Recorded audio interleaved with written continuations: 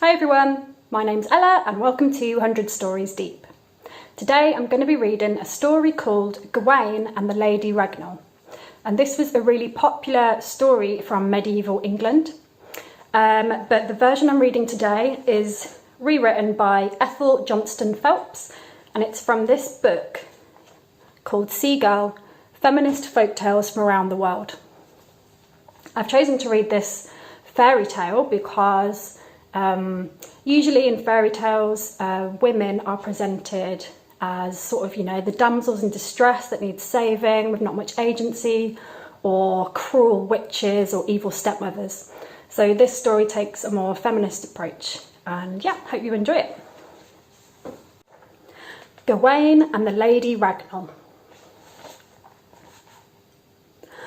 Long ago, in the days of King Arthur, the finest knight in all of Britain was the king's nephew, Gawain. He was, by reputation, the bravest in battle, the wisest, the most courteous, the most compassionate, and the most loyal to his king. One day in late summer, Gawain was with Arthur and the knights of the court at Carlisle in the north. The king returned from the day's hunting, looking so pale and shaken that Gawain followed him at once to his chamber. "What has happened, my lord?" asked Gawain with concern. Arthur sat down heavily. "I had a very strange encounter in Inglewood Forest. I hardly know what to make of it." And he related to Gawain what had occurred. "Today I hunted a great white stag," said Arthur. "The stag at last escaped me, and I was alone, some distance from my men. Suddenly, a tall, powerful man appeared before me with sword upraised." "And you were unarmed?" "Yes. I had only my bow and a dagger in my belt. He threatened to kill me." Arthur went on. "And he swung his sword as though he meant to cut me down on the spot. Then he laughed horribly and said he would give me one chance to save my life." "Who was this man?" cried Gawain. "Why should he want to kill you?" "He said his name was Sir Gromer, and he sought revenge for the loss of his northern lands." "A chieftain from the north?" exclaimed Gawain. "But what is this one chance he spoke of?" "I gave him my word I would meet him 1 year from today, unarmed, at the same spot, with the answer to a question," said Arthur. Gawain started to laugh, but stopped at once when he saw Arthur's face. "A question? Is it a riddle? And 1 year to find the answer? That should not be hard." "If I can bring him the true answer to the question, what is it that women most desire above all else? My life will be spared." Arthur scowled. "He is sure I will fail. It must be a foolish riddle that no one can answer." "My lord, we have 1 year to search the kingdom for answers," said Gawain confidently. "I will help you. Surely one of the answers will be the right one." "No doubt you are right. Someone will know the answer." Arthur looked more cheerful. "The man is mad, but a chieftain will keep his word." For the next 12 months, Arthur and Gawain asked the question from one corner of the kingdom to the other. Then, at last, the appointed day drew near. Although they had many answers, Arthur was worried. With so many answers to choose from, how do we know which is the right one? He asked in despair. Not one of them has the ring of truth. A few days before he was to meet Sir Gromer, Arthur rode out alone through the golden gorse and purple heather. The track led upwards toward a great grove of trees. Arthur, deep in thought, did not look up until he reached the edge of the oak wood. When he raised his head, he pulled up suddenly in astonishment. Before him was a grotesque woman. She was almost as wide as she was high. Her skin was mottled with green, and spikes of weed-like hair covered her head. Her face seemed more animal than human. The woman's eyes met Arthur's fearlessly. "You are Arthur the King," she said in a harsh, croaking voice. "In 2 days you must meet Sir Gromer with the answer to a question." Arthur turned cold with fear. He stammered, Yes, that is true. Who are you? How do you know of this?" "I am the Lady Ragnall. Sir Gromer is my stepbrother. You haven't found the true answer, have you?" "I have many answers," Arthur replied curtly. "I do not see how my business concerns you." He gathered up the reins, eager to be gone. "You do not have the right answer." Her certainty filled him with a sense of doom. The harsh voice went on, "But I know the answer to Sir Gromer's question." Arthur turned back in hope and disbelief. "You do? Tell me the true answer to his question, and I will give you a large bag of gold." "I have no use for gold," she said coldly. "Nonsense, my good woman. With gold you can buy anything you want." He hesitated for a moment, for the huge, grotesque face with the cool, steady eyes unnerved him. He went on hurriedly. "What is it you want? Jewellery? Land? Whatever you want, I will pay you. That is, if you truly have the right answer." "I know the answer. I promise you that." She paused. "What I demand in return is that the knight Gawain become my husband." There was a moment of shocked silence. Then Arthur cried, "Impossible! You asked the impossible, woman." She shrugged and turned to leave. Wait a moment." Rage and panic overwhelmed him, but he tried to speak reasonably. "I offer you gold, land, jewels. I cannot give you my nephew. He is his own man. He is not mine to give." "I did not ask you to give me the knight Gawain," she rebuked him. "If Gawain himself agrees to marry me, I will give you the answer. Those are my terms." "Impossible," he sputtered. "I could not bring him such a proposal."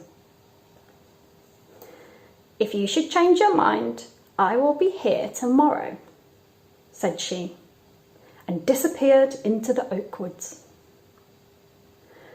Shaken from the strange encounter, Arthur rode homeward at a slow pace. Save my own life at Gawain's expense? Never, he thought. Loathsome woman. I could not even speak of it to Gawain. But the afternoon air was soft and sweet with birdsong, and the fateful meeting with Sir Gromer weighed on him heavily. He was torn by the terrible choice facing him. Gawain rode out from the castle to meet the king. Seeing Arthur's pale, strained face, he exclaimed, "My lord, are you ill? What has happened?" "Nothing. Nothing at all." But he could not keep silent for long. "The colossal impudence of the woman! A monster, that's what she is! That creature, daring to give me terms!" "Calm yourself, uncle," Gawain said patiently. "What woman? Terms for what?" Arthur sighed. "She knows the answer to the question." "I didn't intend to tell you." "Why not? Surely that's good news. What is the answer?" "She will not tell me until her terms are met," said the king heavily. "But I assure you, I refuse to consider her proposal." Gawain smiled. "You talk in riddles yourself, uncle. Who is this woman who claims to know the answer? What is her proposal?" Seeing Gawain's smiling, expectant face, Arthur at first could not speak. Then, with his eyes averted, the king told Gawain the whole story, leaving out no detail. "The Lady Ragnall is Sir Gromer's stepsister?" "Yes, I think she would know the right answer," Gawain said thoughtfully. "How fortunate that I will be able to save your life." "No, I will not let you sacrifice yourself," Arthur cried. "It is my choice and my decision," Gawain answered. "I will return with you tomorrow and agree to the marriage, on condition that the answer she supplies is the right one to save your life." Early the following day, Gawain rode out with Arthur. But not even meeting the loathsome lady face to face could shake his resolve. Her proposal was accepted. Gawain bowed courteously.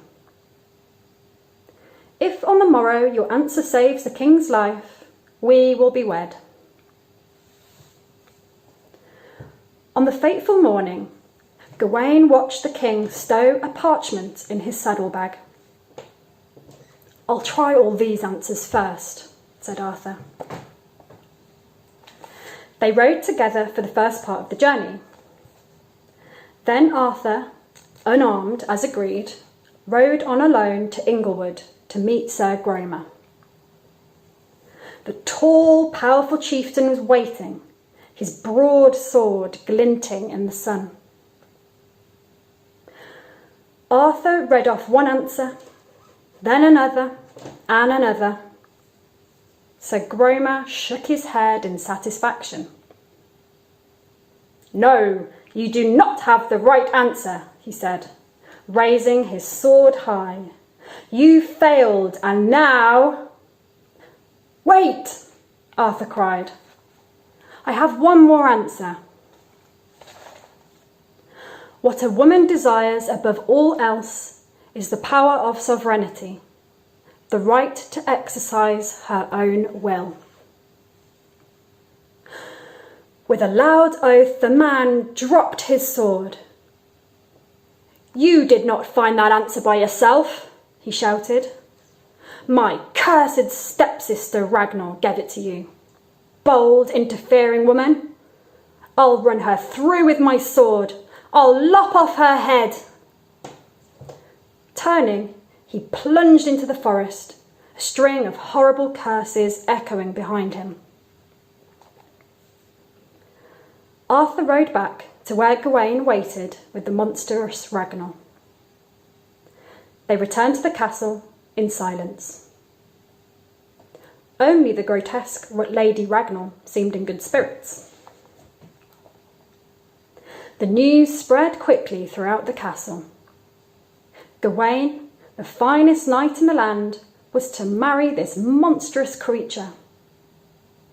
Some tittered and laughed at the spectacle. Others said the Lady Ragnall must possess very great lands and estates. But mostly there was stunned silence. Arthur took his nephew aside, nervously. "Must you go through with it at once? A postponement, perhaps?" Gawain looked at him steadily. "I gave my promises, my lord. The Lady Ragnall's answer saved your life. Would you have me? Your loyalty makes me ashamed. Of course you cannot break your word." And Arthur turned away. The marriage took place in the abbey. Afterward, with Gawain and the Lady Ragnall sitting at the high dais table beside the king and queen, the strange wedding feast began. "She takes the space of 2 women on the chair," muttered the knight Gareth. "Poor Gawain." "I would not marry such a creature for all the land in Christendom," answered his companion. An uneasy silence settled on the hall. Only the monstrous Lady Ragnall displayed good spirits and good appetite. Throughout the day long and evening, Gawain remained pleasant and courteous. In no way did his manner towards his strange bride show anything other than kind attention. The wedding feast drew to a close. Gawain and his bride were conducted to their chamber and were at last alone. The Lady Ragnall gazed at her husband thoughtfully. "You have kept your promise well and faithfully," she observed. Gawain inclined his head. "I could not do less, my lady." "You've shown neither revulsion nor pity," she said. After a pause, she went on. "Come now, we are wedded. I am waiting to be kissed." Gawain went to her at once and kissed her. When he stepped back, there stood before him a slender young woman with grey eyes and a serene, smiling face. His scalp tingled in shock. "What manner of sorcery is this?" he cried hoarsely. "Do you prefer me in this form?" She smiled and turned slowly in a full circle. But Gawain backed away warily. Yes, of course, but I don't understand." For this sudden evidence of sorcery, with its unknown powers, made him confused and uneasy. "My stepbrother, Sir Gromer, had always hated me," said the Lady Ragnall. "Unfortunately, through his mother, he has a knowledge of sorcery, and so he changed me into a monstrous creature. He said I must live in that shape until I could persuade the greatest knight in England to willingly choose me for his bride. He said it would be an impossible condition to meet." "Why did he hate you so cruelly?" Her lips curled in amusement. "He thought me bold and unwomanly because I defied him. I refused his commands both for my property and my person."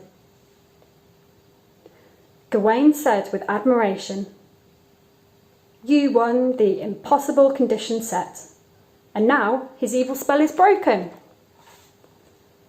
"Only in part," she said. Her grey eyes held his. "You have a choice, my dear Gawain. Which way will I be? Would you have me in this, my own shape, at night, and my former ugly shape by day? Or would you have me grotesque at night in our chamber, and my own shape in the castle by day? Think carefully before you choose." Gawain was silent for a moment. He knelt before her and touched her hand. It is a choice I cannot make, my dear Ragnall. It concerns you. Whatever you choose to be, fair by day or fair by night, I will willingly abide by it. Ragnall released a long, deep breath. The radiance in her face overwhelmed him. You have answered well, dearest Gawain, for your answer has broken Gromer's evil spell completely. The last condition he set has been met, for he said that if, after marriage to the greatest knight in Britain, my husband freely give me the power of choice, the power to exercise my own free will, the wicked enchantment would be broken forever. Thus, in wonder and in joy, began the marriage of Gawain and the Lady Ragnall. I hope you enjoyed the story, and just to leave you with a little thought, do you agree with the answer to the riddle that women's greatest desire is to have the power and freedom of choice? And yeah, share your thoughts and comments in the comment section below. And if you would like to watch and listen to more stories from the 100 Stories Deep series, subscribe using the subscription button below. All right, see you next time. Bye.